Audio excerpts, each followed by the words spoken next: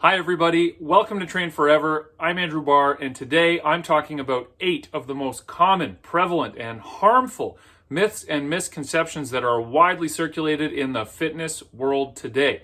There's a lot of bullshit out there. My goal for today's video is to call out some of the biggest offenders, some of the stupidest, most harmful beliefs that a lot of people are told and unfortunately believe to help you steer clear of this stuff. If you have a question about any of these, if you think I'm wrong, if you want me to make a full-length video about any one in particular, leave a comment, let me know what you think. I'll be happy to respond. Okay, let's get into it. First myth, squatting is bad for your knees. No, it's not. Now, if you have pre-existing knee pain, squatting might aggravate it. This is true, but that doesn't mean that the exercise is inherently harmful. To give this a different perspective, a lot of knee pain or joint pain in general is caused by inactivity. To avoid exercise for the purpose of minimizing or avoiding pain is a flawed approach. Even if squatting does hurt your knees, it doesn't necessarily mean that squatting is causing the knee pain. It could instead be alerting you to the issue that is there. When done correctly, just like any exercise, squatting is perfectly safe.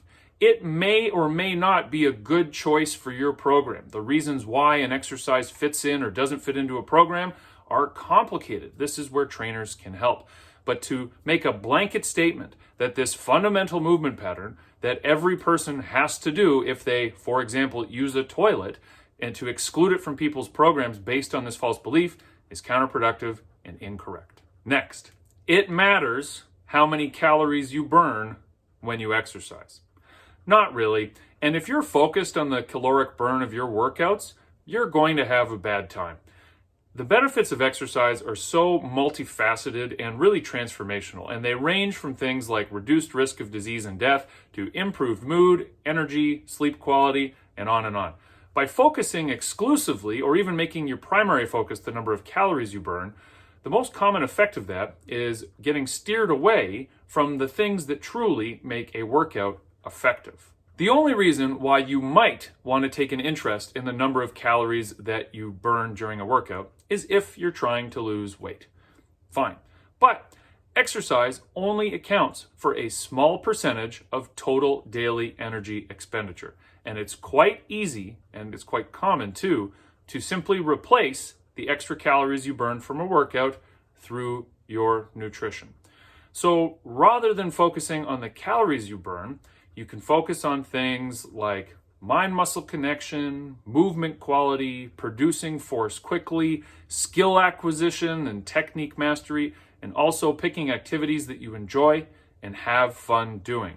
Because even if your primary goal of your exercise participation is weight loss, the way to make that happen is not to choose a boot camp over some other type of workout, but rather it's to sustain your physical activity and exercise levels for an extended period of time. And if we're trying to do something long-term, things like satisfaction derived from the activity and the amount of fun you have doing the activity are very important considerations. And they should trump choosing one exercise or one workout over another just because of the expected caloric burn. Next, your knees shouldn't go over your toes when you squat or lunge. This one is just silly. First of all, your knees go over your toes in life. For example, when you walk downstairs. Walk downstairs slowly and pay attention. You'll see it's true. Since this movement happens in day-to-day life, shouldn't we train it or at least be capable and confident in doing it? Next, if you search right here on YouTube, world record squat, and just watch any video that pops up, literally any one of them, you will see that all of the world's greatest squatters, their knees go past their toes when they squat. So if it's a normal occurrence in daily life and the people who are the best at the movement do deliberately, how could it possibly be that getting your knees over your toes is a bad thing? And I know from experience too, working with clients who have previously worked with other trainers who coach them to not get their knees over their toes, that the resulting movement pattern is usually a disaster. It results in too much lumbar extension. It can do all kinds of funky stuff to the hips and the trunk. and it means that you're not getting the benefits of training the lower limb that you could be if you had a proper movement pattern and encouraged the knees to go past the toes. Now, it's quite difficult to get your knees over your toes if you've never done it before, but it's something that you can work gradually towards, and it's definitely not something that needs to be avoided. Next, static stretching before exercise is bad. No, it's not. It's fine. It's perfectly fine. Now, it's not a good idea to have a warm-up that is only static stretching, or to do intense, prolonged static stretching and then go right into some kind of powerful or explosive movement. But that's not really how anybody trains. A lot, if not a majority, of world-class athletes will do some static stretching in the early stages of their warm-up. And that's the key. Because what stretching can do is it can downregulate neural tone. It's an inhibitory input, and that can lead to better, more pain-free movement. So if you follow your static stretching with other warm-up essentials like activation, movement patterning, and movements that increase blood flow or get your CNS going, that is a recipe for a great warm-up.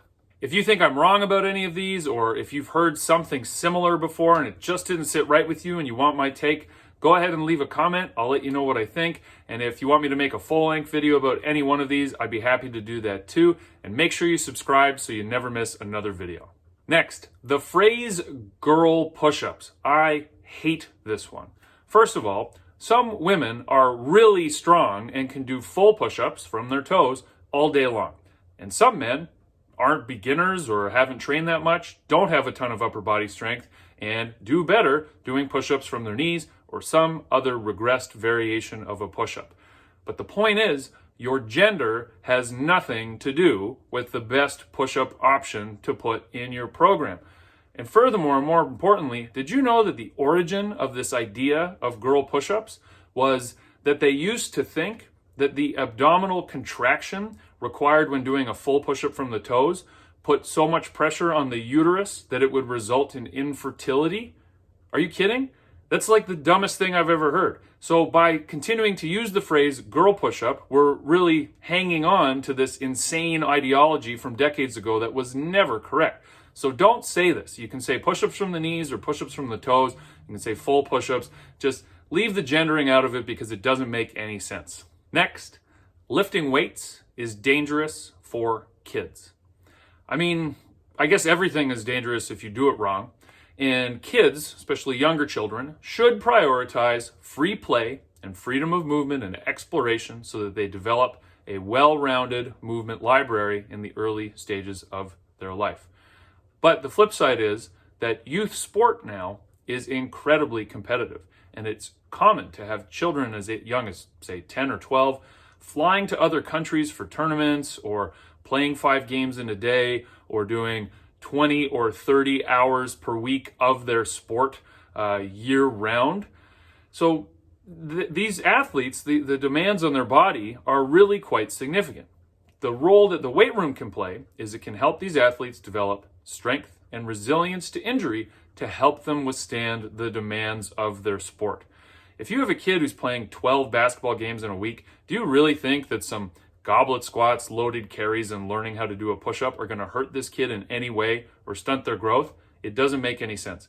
Youth athletes need strength training. It shouldn't be the primary focus, but it is absolutely an important part of the long-term athlete development model to ensure safety and athletes reaching their peak potential. Next, lifting light weights for high reps is good for toning.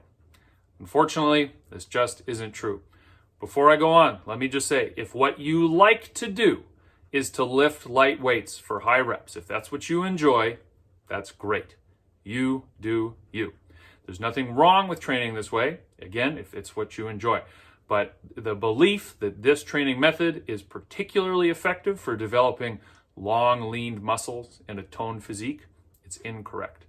What I think happens here is that a population bias, because people with this toned type body type tend to prefer these types of activities like bar class or Pilates, so that can create the perception of a causal relationship. But it's actually the other way around, that rather than the exercise creating the physique, it's people with that physique preferring that activity.